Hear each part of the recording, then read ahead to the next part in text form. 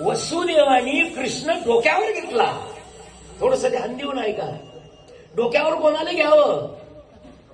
डोक्यावर कोणाला घ्यावं? तुम्ही आम्ही डोक्यावर संसार घेतला म्हणून तुमच्या चेहऱ्यावर आनंद नाही आहे. सद्गुरू आपण कोणाला डोक्यावर घेतलाय? संसाराला डोक्यावर घेतलाय. आणि वसुदेवानी डोक्यावर कोणाला घेतलं? कृष्णाला. वा, हे मोठं अध्यात्म आहे. आपल्याला त्याची कथा माहित आहे. वसुदेवानी कृष्णाला डोक्यावर घेतलं. महाराज, डोक्यावर कोणाला घेऊ नका. हो, आजच्या जगात जे माणसं डोक्यावर घेतात ते डोक्यावरून कधी खाली टाकतील याचा नियम नाही आहे. डोक्यावर घ्यायचं असेल, कृष्णाला डोक्यावर घ्या. जगातला पहिला गुरु आहे तो. सगळे गुरु ज्याच्या पोटात आहे.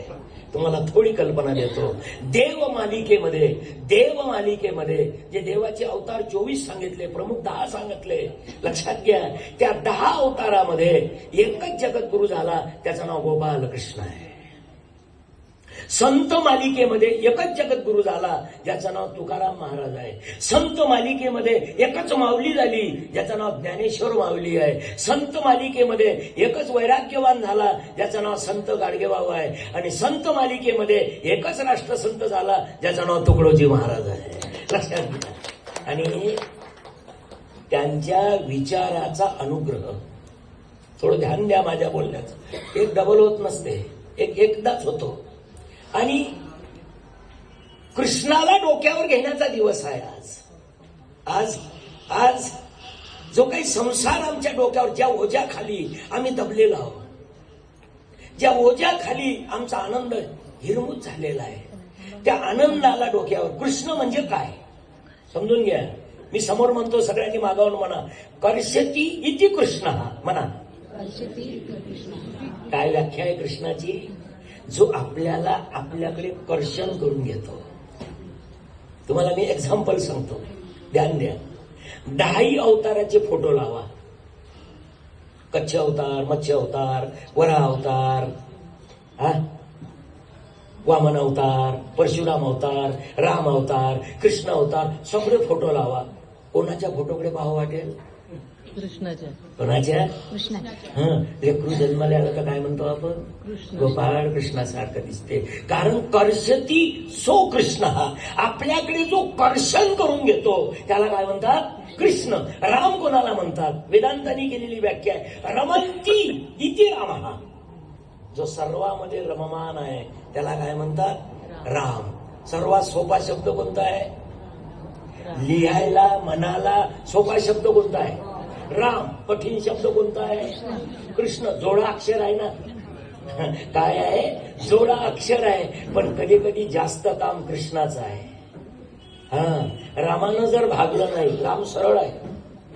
म्हणा सगळ्यांनी, सियावर रामचंद्र की. समजा रामानं प्रश्न मिटला नाही. क्रू समजते का? क्रू. जुन्या लोकांनी ते विहिरीत जर भरणं पडलं तर काढण्याचे गड पाहिले का तुम्ही? कोणी कोणी पाहिले? हातवर करा बरं. अरे वा, विहिरीत जर काही पडलं ते काढत होते. त्याला काय राहत होता? असा आकोडा. आकडा असा. आणि त्याच्या आकड्यानं भरणं निघत होतं. लक्षात घ्या, तो क्रू. तो कोण आहे? तुम्ही एवढे संसारात फसले आहे, तो क्रूस तुम्हाला काढेल, दुसरा काढूच शकत नाही. गोपाल कृष्ण भगवान की. म्हणून राम आणि कृष्ण हा जो विषय आहे, आज कृष्णाचा जन्म आहे. कृष्णाचा जन्म आहे. पण तुम्हाला एक गोष्ट माहीत असली पाहिजे, कृष्णाचा जो जन्म झाला, हा जन्म जेलमध्ये. कुठे झाला? जेलमध्ये. जेलमध्ये जन्माला आलेले देव झाले, दवाखान्यात जन्माला आलेले काय काय होऊन राहिले ते मला माहित नाही. हो, ते लोक म्हणतात ना, ते जन्माला आल्यावर ते सटवी येते आणि त्याचं नशीब लिहिते असं म्हणतात ना. अभय, अशी जुनीच कथा आहे. का जन्माला आल्याबरोबर ते सटवी येते आणि त्याचं नशीब लिहिते. आता आमच्या वेळेस लिहित होती म्हणून बरं आहे. आता ती दवाखान्यात येते पण मेडिकलच्या आवाजानं, त्या औषधाच्या वासानं कठीणच आहे. सांगण्याचं तात्पर्य की कृष्णाचा जन्म जो झाला, कुठे झाला? हा, प्रत्येकाचा जन्म जेलमध्येच आहे. संसार काय आहे? जन्मठेप. काय आहे? जन्मठेप आणि शेवटी फाशी. संसार तसाच आहे. तुम्हाला जन्मभर बाहेर पडू देत नाही. लक्षात घ्या, जन्मठेप आहे, सजा. अरे आम्हाला सजा भोगायची नाही आहे. जन्मल्याबरोबर बाहेर पडला. ऐका, जन्म झाल्याबरोबर, ध्यान द्या थोडस माझ्या बोलण्याकडे. कृष्णाचा जन्म झाला, देवकीच्या वसुदेवातल्या पायातल्या, हाता पायातल्या बेड्या गळून पडल्या. असं लेकरू कुळात जन्माला यावं. त्याचा जन्म झाला तर मायबापाचे बंधन तुटले, मायबापाचं नाव झालं, मायबापाचं नाव रोशन झालं. आपला घरी जन्माला आलं तर आपल्या हातापायात काय पडल्या? बेड्या. आता मला कुठं येणं जमणार नाही. ऐका, ध्यान द्या थोडस. आपल्याकडे लेकराचा जन्म झाल्याबरोबर पुन्हा मुद्दा लक्षात घ्या. कृष्णाचा जन्म झाल्याबरोबर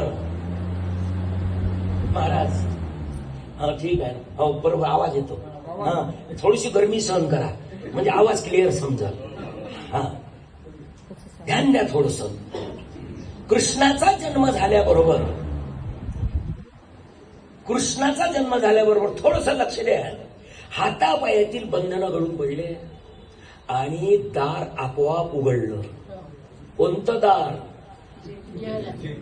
आता ऐका, कोणतं दार? उघड दार देवा आता. 9 खिडक्या आत मूर्ती बैसवली, दार खुललं महाराज. आणि दुसरी गोष्ट, गोकुळातले लोक नाचायला लागले. आपल्याकडे जर लेकरू जन्माला आलं तर किती दिवस पर्यंत काहीतरी पाडते ना. काय म्हणतात त्याला? हा? हा, देवळात जायचं नाही, देवाचं नाव घ्यायचं नाही, पूजा करायची नाही, जप करायचा. याच्यावर विचार करा तुम्ही, लेकरू कसं जन्माला आलं असं. ज्याचा जन्म झाल्याबरोबर किती सांगू मी सांगू. आज अरे लोकांनी पेढे वाटले, नाचायला लागले, ढोल तासे वाजले.